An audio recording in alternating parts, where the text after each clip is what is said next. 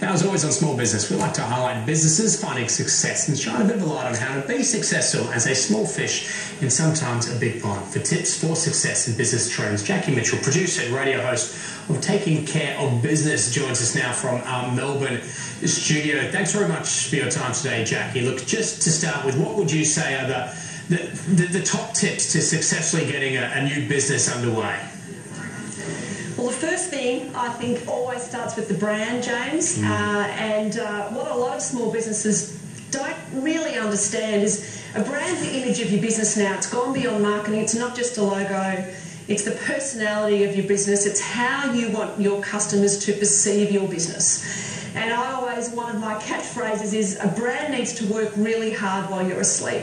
You're not there to talk into the customer's ear about what the logo looks like or what your brand name is about. So it's got to work really hard for you, and small business is hard, so you want to try and make it as easy as possible. So starting with understanding that your brand is about the whole business image and not choosing a brand name that means something to you. It could be a nickname or an acronym for something that your family name, but it must mean something to the customer. And is it important to get it out there as much as possible? Quite often we speak to small businesses and people involved in the space who suggest that maybe the embracing of social media and online isn't what it perhaps could or should be. Well, again, it all depends on who you're talking to. Who are your customers? So walk in their shoes. One of the problems with social media has been that it now equates to marketing. So a lot of small businesses, you talk about what marketing you're doing, and they revert directly to social media. And it's not always relevant to them. You don't have to be on Facebook. You don't have to be on Twitter. If your customers are on there and it's relevant to what your product or services you're selling, then great. But think about it. Think about what your customers are doing and what channels they're using. It's really important. What about sort of, I suppose, protecting the downside, safety nets, having proper, I suppose, things in place to protect against perhaps not immediate success? Yeah, that's a really good point.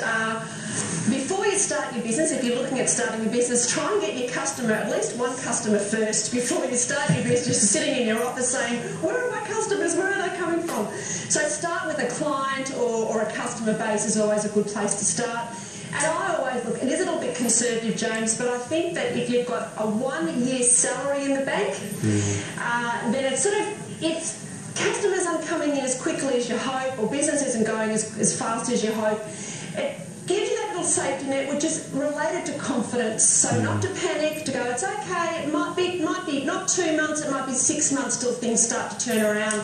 But you need that little bit of safety net. I think that's really important. And also maybe talking to your accountant, get your A team, that's another key tip to success. Get your A team, get a great accountant, and maybe have a line of credit that you could use, but have a good talk to your accountant about it. No one likes to go into new ventures with any sort of mindset around potential failure, but do you need to be thinking, what if it doesn't work out? And with that in mind, do you set yourself a time limit? Like, I'll give it 12 months, if it doesn't work out, I get out, or do you need to be more flexible?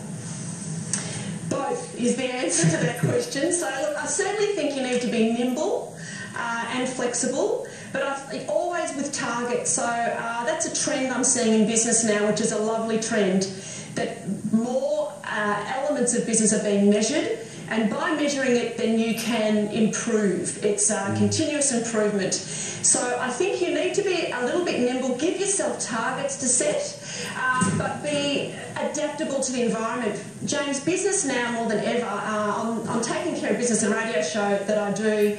I interviewed over 300 businesses ranging from small business through to corporates. And one of the trends that I've seen through that is how fast business is changing now, faster than ever before. So if you've got a business and you're going to run it, you've run it the same way for 10 years, 20 years, 30 years, the next 5 years, you need to change the way you're running that business. You need to be flexible. The market environment is changing, and you need to adapt to that. As our friend Charles Darwin said. I think some very, very good points, Jacki. Do have to leave it there, but thank you.